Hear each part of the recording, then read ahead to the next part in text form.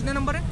Sir मेरे 65 number हैं। 65 number. हाँ मेरे 65 नंबर हैं और मैंने जो है जो 2017 का जो पेपर भी क्वालिफाई किया और फिजिकल भी क्वालिफाई किया, मैं उसमें फाइनल मेरिट में बाहर हुआ था। तो कंपेयर करें तो और कंपेयर करें तो पेपर में क्या है कि जो अपने एमपीजी के क्वेश्चन आए थे 6 से 7 क्वेश्चन, वो बिल्कुल इजी आए थे, समथिंग पूरे बने थे। और साइंस में सिर्फ मेरे से 2 क्वेश्चन बने थे, बाकी सब थोड़ा आउट ऑफ थे। कितने टोटल थे टोटल साइंस के और जीके? साइंस के कम क्वेश्चन थे, 8 से 10 क्वेश्चन थे। मैथ्स रीजनिंग मिला के कितना आ रहा है? मैथ रीजनिंग आ रहा है समथिंग 60 नंबर का। 60 नंबर? 60 नंबर का इजी है, मतलब 60 में से कितने बन सकते हैं? मैथ अच्छा आ रहा है, बन तो रहा है पर टाइम बहुत का आ रहा है। उसमें क्या है कि मैथ में पूरा कैलकुलेशन बहुत आ रहा है, मतलब लेंथ आ रहा है क्वेश्चन।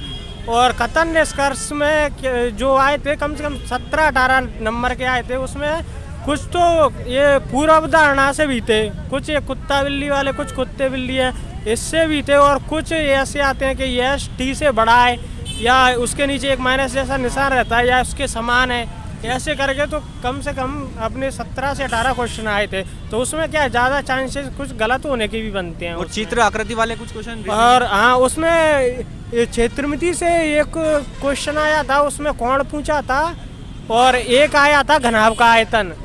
और जो इंडिया जी के या वर्ल्ड लेवल पर बात करें तो अपने इसमें से क्या बोलते हैं, स्पोर्ट्स में से एक क्वेश्चन आया था।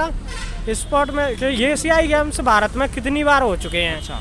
ये आया था। और एक और क्वेश्चन आए थे कि बंगाल का जो विभाजन हुआ है ऐसे करके कि 1906 में हुआ, तो वो 1905 में हुआ, ऐसे मतलब 4 लाइन दी थी, उसमें से सत्य बताना था कि सत्य कौन सा है। अच्छा, मतलब जीएस भी थोड़ा घुमा के हो गया, रीजनिंग और जीएस मिक्स हो गया एक तरह से। हाँ, जीएस थोड़ा क्या है, थोड़ा टफ ही था, जीएस बन नहीं पा रहा है। जो एमपीजीके के क्वेश्चन आए थे वो मुझे सारे याद हैं समथिंग। आज आया था कि तानसेन का मकबरा, वो नहीं, तानसेन संगीत समारोह कहाँ मनाया जाता है, जबलपुर जो उच्च न्यायालय है उसकी स्थापना कब हुई थी, और कान्हा बाबा का मेला आया था जो कि होशंगाबाद में है, और सोन नदी पर कौन सा बांध बना हुआ है, और इसके अलावा खजराना गणेश मंदिर जो इंदौर में है वो आया था। एमपीजीके के समथिंग मेरे सभी नदियाँ वगैरह पहाड़ों से कुछ, और नदियों से ऐसा कोई क्वेश्चन नहीं, वो ये आया था। जनजाति से भी कोई क्वेश्चन नहीं आया, सिर्फ ये क्वेश्चन रीजनिंग में ये जरूर मिला मुझे कि यक्षगान है जो कर्नाटक से संबंधित है तो असम से कौन सा है, वो मेरे से बन गया समथिंग। और वैसे क्वेश्चन ये मान लो कि जीएस के कुछ आउट ऑफ ही आ रहे हैं, ऐसे पूछ रहे हैं जो बन नहीं पा रहे हैं क्वेश्चन। संविधान से कोई क्वेश्चन नहीं मिला, इतिहास से मुझे कोई क्वेश्चन नहीं मिला। भूगोल से? इतिहास से सिर्फ एक वो बंगाल विभाजन वाला था। भूगोल से? और भूगोल से हाँ, एक मतलब चीन से सबसे ज़्यादा किस राज्य की सीमा लगती है, ये आया था। चीन से भारत के किस राज्य की सबसे ज़्यादा लंबी सीमा लगती है, ये आया था। और आप भी आ जाइए ना सर इधर।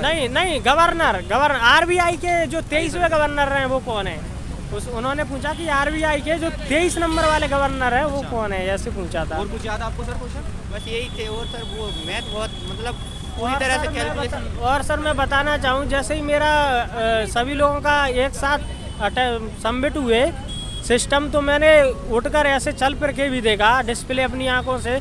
मैंने कम से कम 200 कंप्यूटर देखे थे डिस्प्ले, उसमें से मुझे सिर्फ 2 लोगों के वॉइस में 68 नंबर मिले, और मुझे 70 से ज़्यादा किसी के भी नंबर नहीं मिले। सेकंड शिफ्ट में एवरेज नंबर 70 से कम ही आ रहे हैं। हाँ, एक तरह से पेपर टफ है। मेरे 65 नंबर थे और 2 लोगों के 68 नंबर मिले वॉइस में, और मेरे से ज़्यादा किसी के नहीं मिले मुझे समथिंग। मैंने 200-250 सिस्टम देखे थे, उसमें से ये गर्ल्स के 60 नंबर थे, बाकी सभी के 45, 40, 35 ऐसे ही। सर कट ऑफ का क्या लगता है आपको, फिर क्या जाना मुझे सर कट ऑफ का लगता है कि जहाँ तक वॉइस में चाहे वो किसी भी कैटेगरी से बिलोंग करता हो, तो जिसका आज पेपर था उसके अगर 70 प्लस नंबर हैं तो वो श्योर है, और गर्ल्स में 60 प्लस है तो वो श्योर है। हाँ, यही कहना चाहूँगा। और मैं ये बताना चाहूँगा जिन लोगों का आगे पेपर है उन लोगों को कि वो है ना, वो सबसे ज़्यादा रीजनिंग पर करें। रीजनिंग क्या है कि थोड़ा घुमा फिरा के बना रहे हो, मैथ पर लेंथ मैथ रीजनिंग पर ही करें।